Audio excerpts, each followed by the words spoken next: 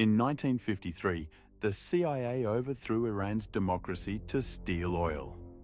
70 years later, we're still fighting the war that started with that decision. This is how it happened. After World War II, Iran wanted what every country wants: control over its own resources. Specifically, the massive oil fields the British had been pumping for decades. Enter Mohammad Mossadegh. Democratically elected, wildly popular, and absolutely committed to nationalizing Iranian oil. The British were not happy. Britain asked America for help. The pitch? Mossadegh is a communist threat. He'll hand Iran to the Soviets. Ignore the part where this is actually about oil money. The CIA said yes. Operation Ajax began. They bribed journalists, paid protesters, and staged fake communist riots to make Mossadegh look dangerous. It worked. Mossadegh was overthrown in days. The CIA installed the Shah, a monarch who would let the West keep pumping oil and taking profits. For 25 years, the Shah ruled with an iron fist. His secret police tortured dissidents.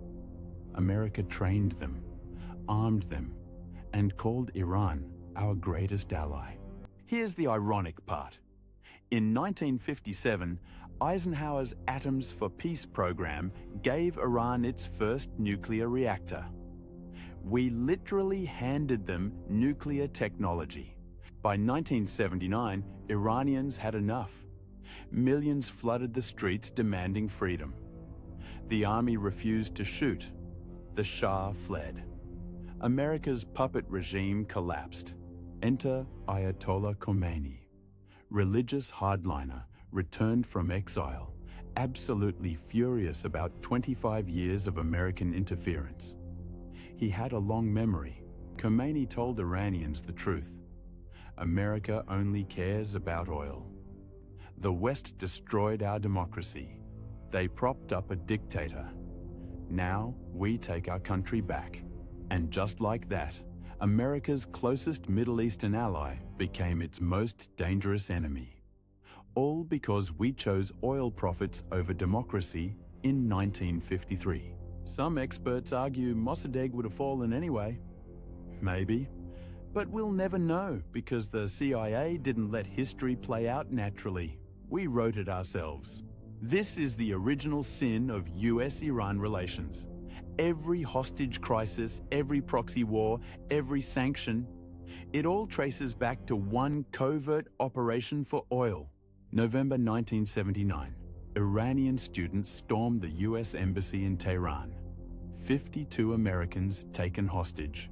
They'd be held for 444 days. Iran wanted revenge. While America watched the hostage crisis on TV, something worse was brewing.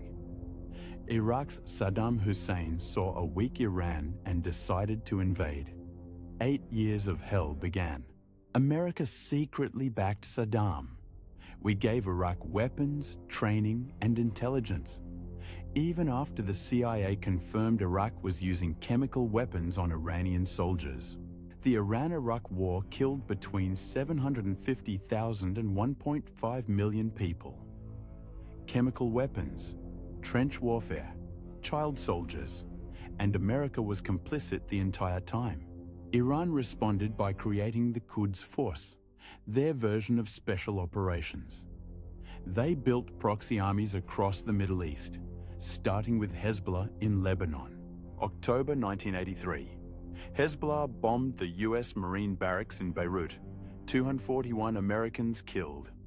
This wasn't just terrorism, it was Iran hitting back through proxies. For the next 40 years, this became the pattern. The US and Iran never fought directly. They fought through militias, sanctions, cyber attacks, and assassinations. By 1995, Clinton tightened the screws. Full trade embargo. Sanctions on Iran's energy sector. Foreign companies got punished for doing business with Tehran. The official reason? Iran's nuclear program and support for groups like Hamas and Hezbollah. The real reason? we were still fighting about 1953. Here's where it gets complicated. Iran insisted its nuclear program was peaceful. But after decades of American hostility, can you blame them for wanting leverage? Remember, we gave them nuclear technology in 1957. We helped the Shah build reactors. Then we acted shocked when post-revolution Iran kept developing it. This is the core problem. Neither country can back down without looking weak. Every action demands a reaction. Every sanction demands retaliation. It's a doom loop. Which brings us to the modern era. Nuclear deals, maximum pressure campaigns, and drone strikes. The war never ended. It just got more sophisticated. 2015, Obama negotiates the Iran nuclear deal. Strict limits on enrichment, IAEA inspections, sanctions relief. Diplomacy worked for exactly 3 years. 2018, Trump rips up the deal. Maximum pressure begins. Over 2,500 new sanctions targeting Iran's economy, oil exports, shipping. Even our allies thought we were wrong. The goal? Isolate Iran completely. Force regime change through economic collapse. Instead, Iran just ramped up uranium enrichment and doubled down on proxies. Biden tried to revive the deal. Negotiations in Vienna dragged on for months. Iran kept enriching uranium. The window closed. We're back to square one. Meanwhile, the proxy war escalated. US allies like Israel, UAE, Bahrain, Egypt formed the Negev Forum, a military alliance specifically designed to counter Iran. Secret meetings followed. US military officers from 7 Middle Eastern countries planning how to counter Iran's drone and missile capabilities. That's not diplomacy, that's preparation. January 2025, Trump's back. He bombs 3 Iranian nuclear facilities, citing defense of Israel. 70 years after we gave them nuclear tech, we're destroying it. But here's the twist. Trump's also talking. His Middle East envoy met Iran's foreign minister. Mixed signals everywhere. Threats and negotiations happening simultaneously. This is what 70 years of unresolved conflict looks like. No clear strategy, no consistent policy, just endless escalation punctuated by brief diplomatic pauses. Iran still insists they have a right to nuclear enrichment. They're technically correct. Every country does. But trust is impossible when you've been enemies for 70 years. So where does this end? Honestly, it doesn't. Not without one side admitting the original mistake. And neither country is capable of that level of honesty.